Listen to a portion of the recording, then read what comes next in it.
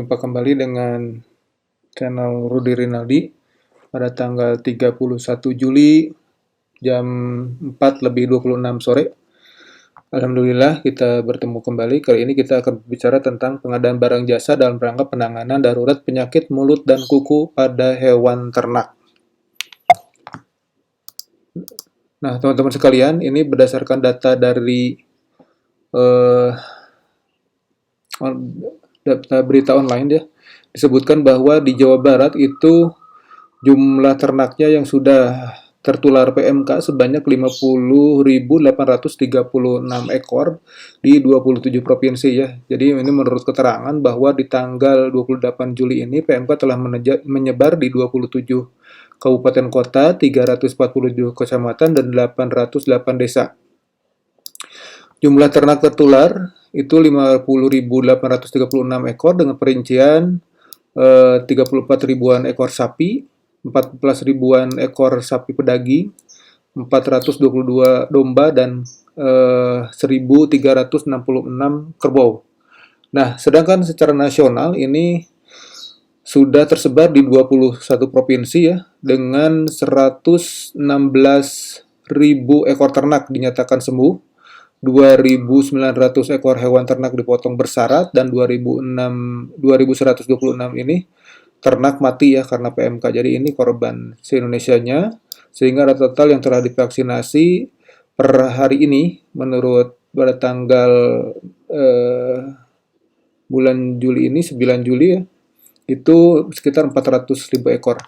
Nah, kenapa ini bisa terjadi seperti ini? Mungkin karena kecepatan penyebaran penyakit PMK ini emang sangat sangat cepat antar hewan gitu ya. Seperti banyak yang menyatakan ini seperti COVID-nya di hewan, tapi untungnya tidak menyebar ke manusia ya. Nah, teman-teman sekalian, berdasarkan rapat koordinasi kementerian lembaga, ini para pimpinan kita merekomendasikan penanganan penyakit mulut itu dan kuku itu ya dilaksanakan menggunakan mekanisme penyelenggaraan penanggulangan bencana dalam keadaan tertentu. Maka pada tanggal 29 Juni kemarin ini Basarnas ya, BNPB bukan Basarnas, Badan Nasional Penanggulangan Bencana itu telah mengeluarkan keputusan BNPB nomor 47 tentang penetapan status keadaan tertentu darurat penyakit mulut dan kuku. Ini pertanggal 29 kemarin dan berlakunya sampai 31 Desember tahun ini ya. Jadi hanya beberapa bulan. Dan itu ditindaklanjuti oleh LKPP dengan mengeluarkan surat edaran ya, nomor LKPP nomor 8 tentang penjelasan pengadaan barang jasa dan rangka penanganan darurat itu tanggal 30 Juni 2022. Sehingga sehari setelah terbit langsung diberikan bagaimana tata cara pengadaan barang jasanya. Nah, ini tentunya berdasarkan keputusan BNPB yang tadi nomor 47 tahun 2022 itu dalam keadaan darurat berlaku pengadaan barang jasa dalam keadaan darurat ya, setelah penetapan status keadaan daruratnya ditetapkan oleh BNPB tadi atau Bapak Presiden nanti kalau misalnya ada suatu wabah yang ditetapkan oleh Bapak Presiden seperti COVID kemarin itu ditetapkan oleh Pak Presiden ya, sampai sekarang belum dicabut. Selanjutnya teman-teman sekalian, dalam pengadaan barang jasa itu untuk menggunakan dalam rangka darurat ini kita harus memperhatikan kriterianya ya. Ini jangan sampai kriterianya tidak masuk tetapi pengadaannya dengan cara darurat. Yang pertama kriterianya itu bersifat mendesak ya. Mendesak itu berarti tidak dapat ditunda lagi. Ini tidak dapat ditunda dan harus segera dilakukan. Nah, ini harus memenuhi kriteria ini. Misalnya pembelian vaksinasi ini. Vaksinasi untuk sapi ya atau obat-obat lain yang lebih tahu untuk mungkin berdasarkan studi atau rekomendasi dari tim dokter hewan ya, apa saja yang diperlukan itu sehingga PMK ini dapat cepat ditangani. Dan yang kedua adalah kriterianya adalah diperlukan untuk penanganan virus PMK ini karena menyangkut keselamatan dan perlindungan kepada masyarakat dan hewan ternak. Jadi diperlukan ya ini kata-katanya diperlukan sehingga kalau misalnya itu ini kenapa pengadaan ini? Apakah diperlukan atau tidak? Nah, pertanyaan ini yang harus bisa dijawab ketika kita akan mengadakan pengadaan barang jasa secara darurat ini. Kalau misalnya apa pengadaan misalnya di dalam pengadaan apa gitu ya yang tidak terlalu berkaitan dengan ini apa penanganan wabah virus PMK ini, sehingga itu tidak bisa diadakan secara darurat seperti itu. Jadi harus memenuhi dua sifat ini ya, mendesak dan diperlukan. Kalau mendesak tapi eh, apa mendesaknya seperti apa gitu ya. Nah, ini harus harus jelas gitu. Jadi ada kalau misalnya tidak dapat ditunda gitu ya. Kalau misalnya ini tidak diadakan, ini banyak yang akan hewan-hewan yang akan mati ya, seperti itu. Nah, selanjutnya juga diperlukan. Nah, ini juga harus dijelas ini diperlukan itu apa gitu ya. Kalau misalnya kita mengadakan vaksinasi itu jelas-jelas diperlukan. Obat-obat yang menunjang PMK ini jelas-jelas diperlukan. Tetapi misalnya ada pengadaan mobil, itu diperlukan nggak nih untuk penanganan wabah PMA ini? Karena saya kira di dinas-dinas sudah ada mobil gitu ya, nggak usah lagi diperlukan. Meskipun diperlukan, tetapi itu tidak bisa dapat masih debatable gitu ya. Apakah diperlukan atau tidak? Diperlukan kan masih ada bisa ditalang diganti oleh kendaraan lain gitu ya yang ada di dinasti tersebut, atau pembelian laptop misalnya diperlukan nggak, kan ada misalnya laptop-laptop yang sudah ada, itu kita manfaatkan secara optimal dulu gitu, jangan dulu mengadakan hal-hal yang kurang penting, kurang diperlukan untuk penanganan tidak berkaitan langsung dengan penanganan wabah darurat PMK ini. Nah, teman-teman sekalian, bagaimana ini pengadaannya gitu ya dalam pengadaan hewan ternak ini? Yang pertama adalah kepala daerah itu mengambil langkah-langkah dalam rangka percepatan untuk penanganan virus ini. Yang kedua, kalau misalnya kepala daerah sudah cepat nih, udah menganggarkan di dalam biaya pos anggaran darurat itu, kemudian PA ini pengguna anggaran atau kuasa pengguna anggaran segera itu membuat SKPPK gitu ya, segera membuat SPPK untuk menetapkan PPK-nya siapa. Nah, tugas PA sendiri adalah menetapkan rencana kebutuhan dalam rangka penanganan virus ini. Ini tentunya berdasarkan masukan dari tim gitu ya, berdasarkan kriteria tadi, diperlukan, mendesak, dan ini ya tidak dapat ditunda gitu ya, seperti itu. Jadi silahkan segera kebutuhannya ditandatangani oleh PA, dan juga surat perintah di dalam SK-nya itu memerintahkan PPK untuk melaksanakan pengadaan barang jasa. Nah, setelah itu PPK-nya yang ditunjuk itu tentunya sudah siap gitu ya, mereka sudah melaksanakan survei-survei atau sudah mempelajari tentang pengadaan barang jasa.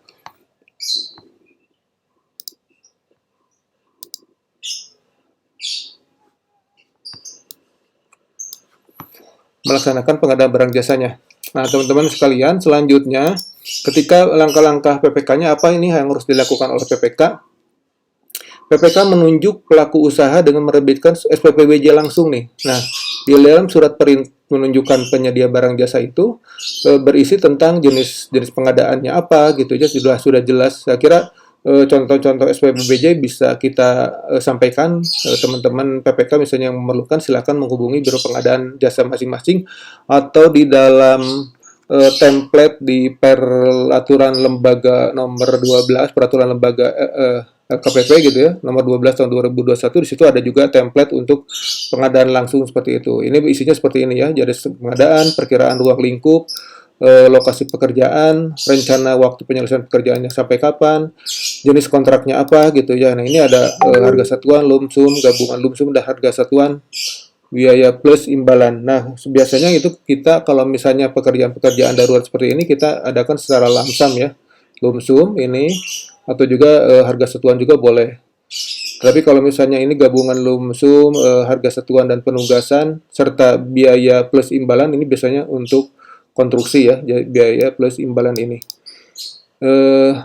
Terus juga tata cara pembayaran seperti apa. Nah, kedua, setelah menunjuk itu dilakukan harga perkiraan atas barang jasa yang belum dapat ditentukan. Nah, syarat-syarat pelaku usahanya apa nih yang ditunjuk? Jangan sampai kita menunjuk pelaku usaha yang ujug-ujug dia sanggup mengadakan yang berhubungan dengan penyakit mulut dan kuku ya. Jadi ujuk-ujuk misalnya dia biasanya kontraktor atau konsultan atau perdagangan barang-barang apa gitu ya, tidak umum, tetapi tiba-tiba dia sebagai PMK. Nah, ini harus diperhatikan oleh PPK nih. Yang pertama adalah pelaku usaha itu pernah gitu ya. Nah, ini pernah berarti kan yang sudah pernah berkontrak gitu ya di instansi pemerintah nih. Jadi kalau misalnya ada yang di instansi swasta itu saya kira tidak boleh ya, karena ini sudah jelas-jelas disebutkan pernah di instansi pemerintah. Pelaku usaha dalam katalog elektronik. Nah, kecuali kalau misalnya dalam katalog dia sudah muncul sebagai ya usahanya sebagai itu gitu, sebagai pelaku usaha dalam katalog elektronik yang jualannya komoditasnya ya obat-obatan hewan gitu ya untuk PMK salah satunya gitu ya. Seperti itu. Jangan sampai tidak usahanya itu tidak berkaitan dengan katalog penyakit hewan gitu ya. Nah, itu saya kira jangan ditunjuk oleh PPK nih, jangan berani-berani, nanti kan ada audit. Jadi ingat aja nanti pasti akan diaudit. Nah, juga yang di sini dinilai mampu, dan huruf B itu dinilai mampu gitu ya.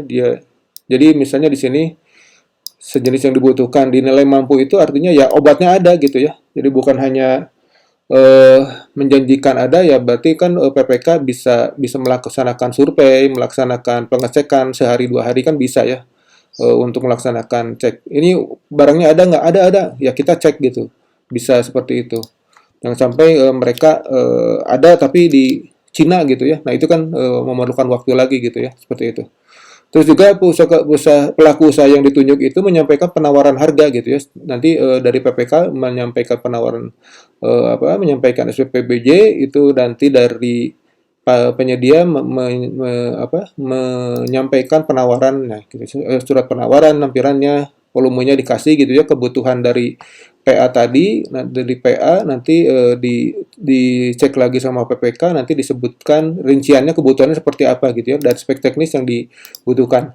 Ini saya kira beberapa hal yang perlu diperhatikan PPK ya, jangan sampai barang volume harganya itu berbeda dengan yang spesifikasi teknis yang disebutkan oleh dalam perencanaan. Itu saya kira harus sudah matang dulu perencanaannya, sudah yang dibutuhkan misalnya kompatibel dengan pernah digunakan oleh pemerintah provinsi Jawa Barat kalau dalam hal ini gitu ya, atau dengan hal-hal lainnya. Nah, teman-teman sekalian, ini tahapan-tahapannya ada 2 tahapan ya. Yang A ini ada tahapan penanganan darurat dalam hal tidak diberikan uang muka dan pembayaran tidak dilakukan secara termin. Nah, ini tahap pertama seperti ini. Jadi surat perintah mulai kerja atau surat perintah pengiriman barang, terus pelaksanaan pekerjaannya, terus dihitung bersama nih antara perhitungan antara penyedia dan PPK, terus diserah terimakan, terus tanda tangan kontrak. Jadi tanda tangan kontraknya di sini ya. Jadi penting kerja dulu, selesaikan tanda tangan kontrak, terus dibayar, terus audit.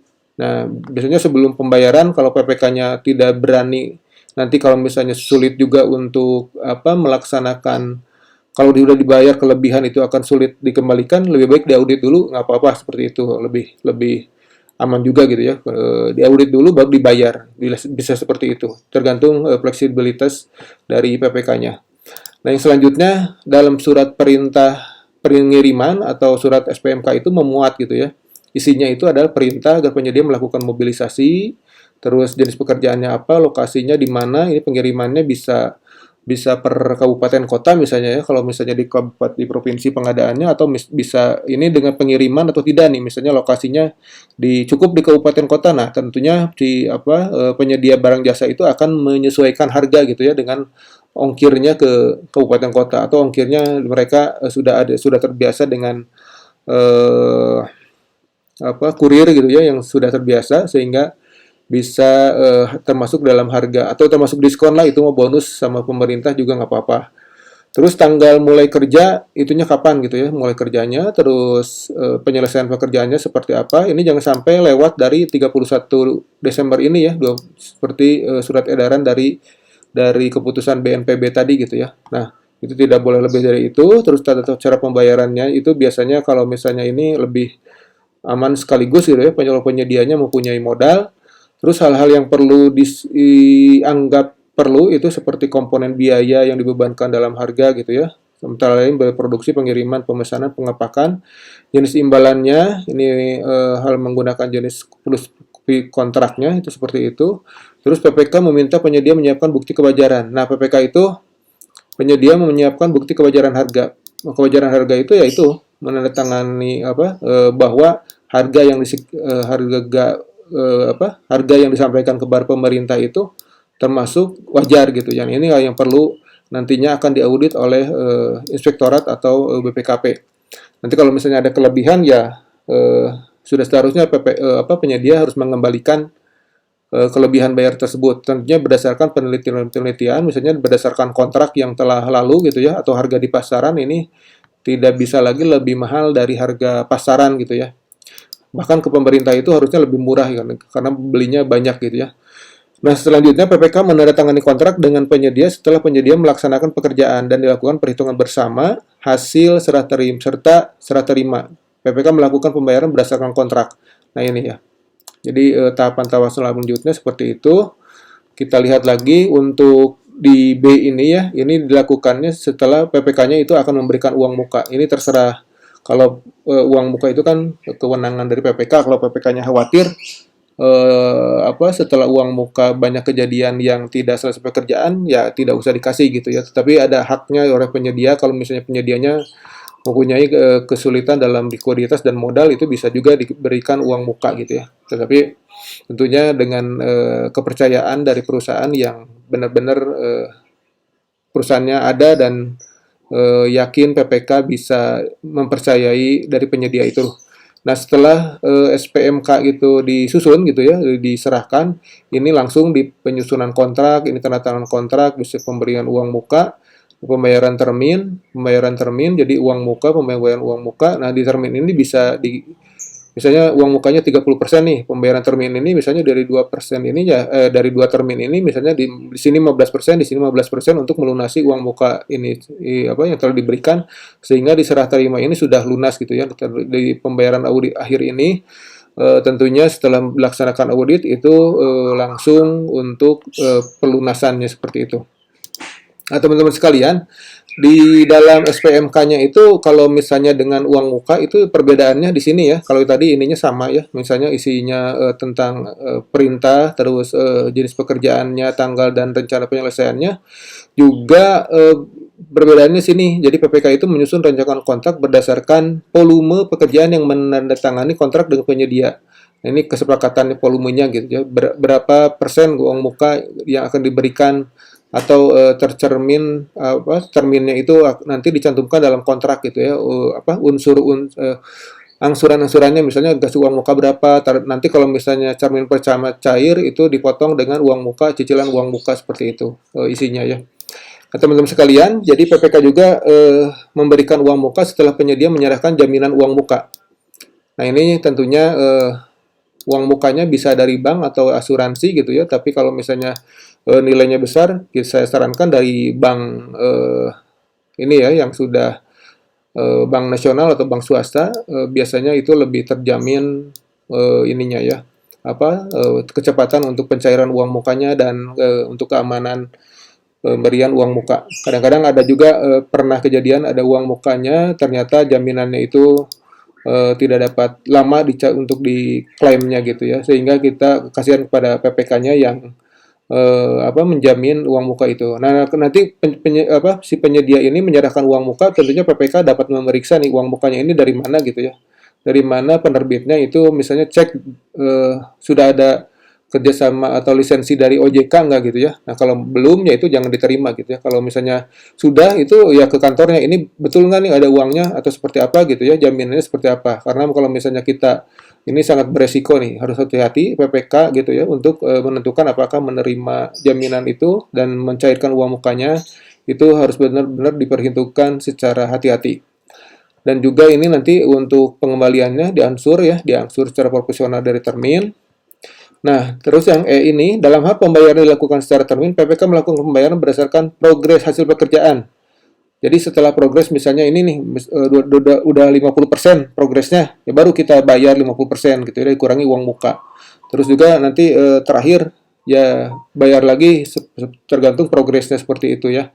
Jangan sampai progresnya baru 30 kita bayar lebih gitu. Nah, itu yang jadi permasalahan ya, yang harus dihindarkan. Nah, juga PPK itu melakukan perhitungan bersama nih, ada opnam ya, opnam berapa barang yang dikirim, itu ada tentunya PPK juga dicek dibantu oleh tim teknis perhitungan ya, untuk menghitung sebagai perwakilan, misalnya PPK-nya sibuk atau mempunyai pekerjaan yang lain yang lebih tidak dapat tinggalkan, ya PPK harus membentuk tim gitu ya, tim pelaksana atau penerima pengecekan lah, bukan penerima, karena kalau penerimanya itu tetap dengan PPK ya. Nah, kalau misalnya tadi karena kontraknya itu tidak sesuai dengan hasil perhitungan bersama ini, tentunya kita dapat melakukan adendum ya, dengan volume yang diserah terimakan sesuai dengan yang diserah terimakan. Dan juga PPK melakukan pembayaran akhir setelah tentunya diaudit gitu ya, yang tercantum dalam kontrak. Seperti itu. Nah, yang terpenting itu jadi kewajaran harga, bukti kewajaran harga itu paling lambat diserahkan pada saat post audit. Jadi kewajaran harga itu nanti kita akan jelaskan berisi tentang yaitu analisa berapa harganya menjadi A gitu, X rupiah gitu ya. Nah, itu komponennya apa saja? Misalnya harga modalnya berapa, harga belinya berapa, transportasi, karyawan, SDM-nya gitu ya, keuntungan perusahaan dan lain-lain, itu ada hitungannya gitu ya. Dan juga ini untuk memastikan kewajaran harga dilakukan audit gitu ya. Audit ini PPK-nya bersurat kepada inspektorat untuk melaksanakan audit. Nanti aparat APIP juga menurunkan timnya gitu ya untuk memeriksa apakah ini wajar atau tidak. Nah, kalau misalnya wajar ya tinggal bayar aja, kita udah ada auditnya. Nah, penyedia juga ini memberikan data keterangan yang dibutuhkan saat pelaksanaan audit. Juga ini pengadaan barang jasa ini dalam rangka penanganan ini dapat dilaksanakan secara kelola. Sekolah itu ya seperti kita ketahui ada tipe 1, tipe 2, tipe 3, dan tipe 4. Nah, ini saya kira untuk tipe 1 ya yang paling pas gitu ya. Nah, selanjutnya untuk PPK melakukan pencatatan hasil pengadaan barang jasa ini dalam sistem jadi pencatatan gitu ya. Dan para pihak tentunya dalam ini wajib memenuhi etika pengadaan. Tidak menerima, menawarkan atau menjanjikan suatu apapun kepada siapapun dan patut mengetahui untuk pengadaan barang jasa ini. Selanjutnya teman-teman sekalian, apa tuh yang dimaksud dengan bukti kewajaran harga ya? Bukti kewajaran harga itu yaitu tadi pernah dijelaskan struktur ya yang relevan pengadaan antara lain bukti pembelian, misalnya kontrak-kontrak yang lama gitu ya, yang dapat dipertanggungjawabkan juga atau juga berupa harga yang dipublikasikan, misalnya sudah ada di katalog, sudah ada di elektronik dan di webnya gitu ya dan lain-lain. Nah, teman-teman sekalian, ini sebagai terakhir sebagai peringatan dalam pengadaan darurat ini kita ngambil dari SE KPK nomor 8 tahun 2020 tentang berhubungan dengan pengadaan barang jasa dalam rangka percepatan COVID gitu ya. Nah, ini tentunya penanganan darurat gitu ya terkait dengan tindak korupsi.